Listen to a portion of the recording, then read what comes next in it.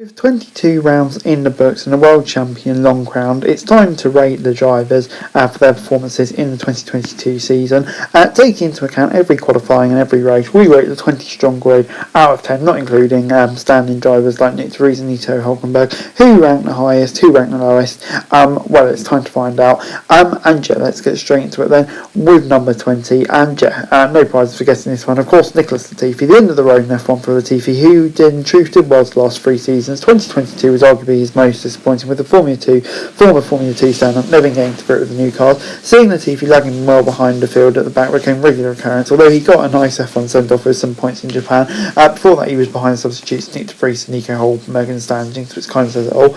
Moving on then to number 19, and that's Daniel Ricciardo, who came into this season full of optimism, hoping the new car would help him rediscover his confidence. He ends 2022 with a contract terminated early and heading back to his former team as a third driver. It's been tough to watch his unexpected decline. He somehow made last year even worse. The Australian just never found confidence or point scoring form this year, and yeah, was the most battered driver on the grid compared to his teammate really. Number 18, Lance Stroll, was another disappointing year for him, with his lowest points tally since leaving Williams 4 years ago, and a continued worrying streak of being outqualified by his teammates in all 6 of his F1 seasons. Stroll was certainly not helped by an underperforming Aston, waited until round 17 in Singapore to finish higher than 10th in a race, and with only 2 retirements, a final tally of 18 points isn't great, and a tough season up against Fernando Alonso awaits, you'd imagine. Moving on then to number 17, that's Zhou Guanyu. Not the worst rookie season by any means by Zhou, although being trashed by his teammates and scoring points in only 3 races also doesn't convince us he's a future star. Zhou's best race and drive came in Canada, finishing 8th, and you sense he needs a lot more to those to convince Alfa Romeo, who will soon of course become Audi, that he will be a long-term candidate at the team.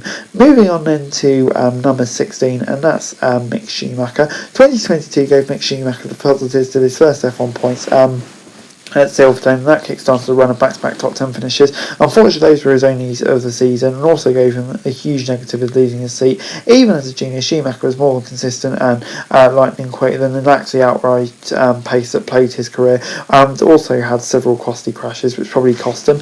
Moving on then to number 15, that's YUKI Tsunoda. His start to 2022 with top 10 finishes in half of the first 6 rounds suggests he may be ready to leap forward, but he struggled after that, and the only thing that earned him a third season is that his defeats to Pierre Gasly probably weren't quite as big as before. He hasn't secured a new deal, where he will also be leading the team at first, with experienced rookie Nick DeVries drafted next year, and yeah, it'll be interesting to see how that goes. But moving on then to his teammate, number 14, Pierre Gasly. After 2 impressive years back at Red Bull's junior team, it represents a drop-off this year for him. This was largely because AlphaTauri went from having arguably the 4th fastest car to the 9th, while their lead driver from going from 15 top 10 finishes to just 6. Gasly was still the lead driver, but yeah, I mean, by less margin, it'll be interesting to see how he does at Alpine next year. Moving on then to number 13, Alex Albon. With his only teammate behind him in the standings, you could think Albon had a rough year at Williams, but his position and points tally 4 is much more of a knock on Williams than it is the former Red Bull driver, who filled the void left by Russell well. Albon's season included 3 top 10s in a poor car and even a Q3 appearance in Belgium. Williams are in safe hands with Albon at the helm, and he will be keen to lead rookie Logan Sargent next year. Moving on then to number 12, Kevin Magnussen. A roller coaster season for him, not having a seat in February and having a pole position in November. Of course, he was drafted in for Nikita Mazepin on the eve of the season, and after 3 top 10 finishes in the first 4 rounds, quicker than expected for Haas. The year got tougher for the Dane with a few collisions, but also that fairy tale pole. But on the whole, you would say he had a measure over Mick Schumacher across the season. In number 11 is Sebastian Vettel. He had a difficult start to 2022, missing the first few races due to COVID, and then returned to a dreadfully slow Aston car, which he still managed to score points in the first 4 of his 8 races of the season. Once the team found its pace, he scored results and arguably most competitive season since 2018, and although Aston Martin didn't show enough promise to convince the 4-time world champion to stick around, the timing of his retirement in a way feels right.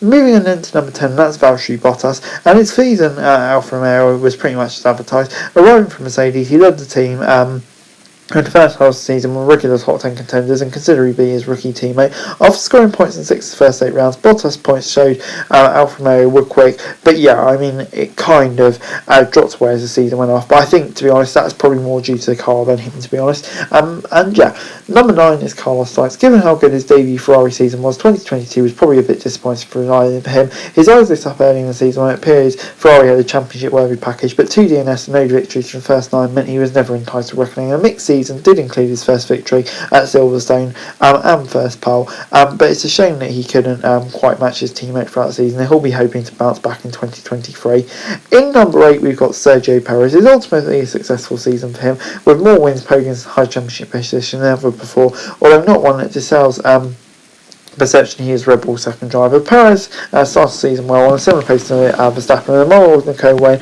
put him in potential title contention and earned him a new multi-year deal, but his only other victory came in Singapore, and in fact that was the only time he beat Verstappen on another occasion, and Silverstone when he had a car issue. Given Red Bull's pace advantage, this is a disappointing end result, but Red Bull do appear to have a solid number 2, but yeah, I think he would have wanted the second place in the championship considering they did have the fastest car.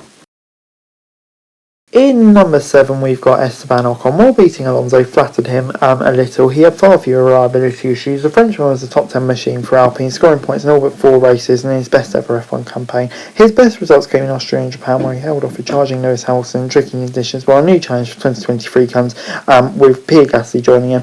But yeah, you know the history they have, but yeah, I think that's going to shape into a close and interesting rivalry off the back of a solid season for him. In number 6 we've got Fernando Alonso. There's life in the old dog, yeah, and at 41 he's had some dazzling drives. The comeback in Sao Paulo a highlight, with his points tally only really not higher because of bad luck. He had 6 retirements, and in 4 of those he was well placed to score points. Alonso gets a new challenge at Aston Martin. Hopefully he'll get rid of the bad luck, have a competitive car, and yeah, he's going to be great then, you for sure.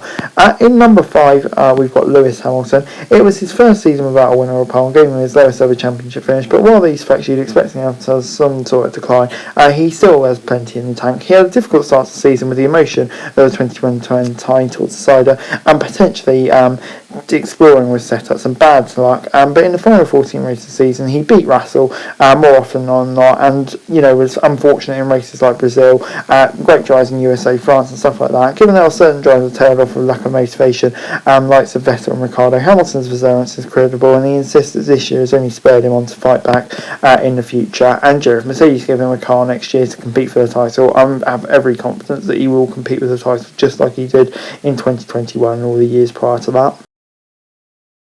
In 4th we've got Charles Leclerc. A title challenge may not have been sustained, but Leclerc can take plenty of positives from his best season today. He came into the season off the back of being somewhat surprisingly beaten by Carlos Sainz in 2021, but there was only ever one Ferrari driver in the reckoning, with his incredible Saturday speed kind of troubling Verstappen. His total bid was faltering, but that was more to do with Ferrari's pace drop-off and strategic and mechanical failures, but there were also some errors, France and Imola I'm thinking of. Still, Leclerc has established himself as a leader of one of F1's biggest teams, well, the biggest teams, and has proved that he can fight for the title over a season, in my opinion. Number 3, Lando Norris. The resurgence of Ferrari and the speed of the top 6 cars may have meant there were less headline results for Lando Norris this year, but it was still one of his best seasons. He consistently got the maximum out of that McLaren, beating Alpine drivers despite arguably in a slower car. Also had that incredible podium at Imola, and absolutely trounced his teammate Daniel Ricciardo. So yeah, really strong showing, and I think it's about time we get Lando into a race-winning car. Moving on then to number 2, and that's George Russell. 2022 is also going to be a win-win for George Russell, being in a competitive car, either losing to the GOAT or beating him, and he went from being Mr. Saturday to Mr. Consistent, and with that top 5 streak did go off the board a bit, but of course fought back with Russell with that Brazil win, incredible result, and yeah, a really solid debut season. Just a shame he didn't really have the car to compete for the title. Moving on then to number 1, of course it's Max Verstappen. It's hard to get a more perfect season than this. It was truly the first year Max Verstappen had by far the fastest car and crushed his rivals with a bigger title margin than the likes of Hamilton have ever had.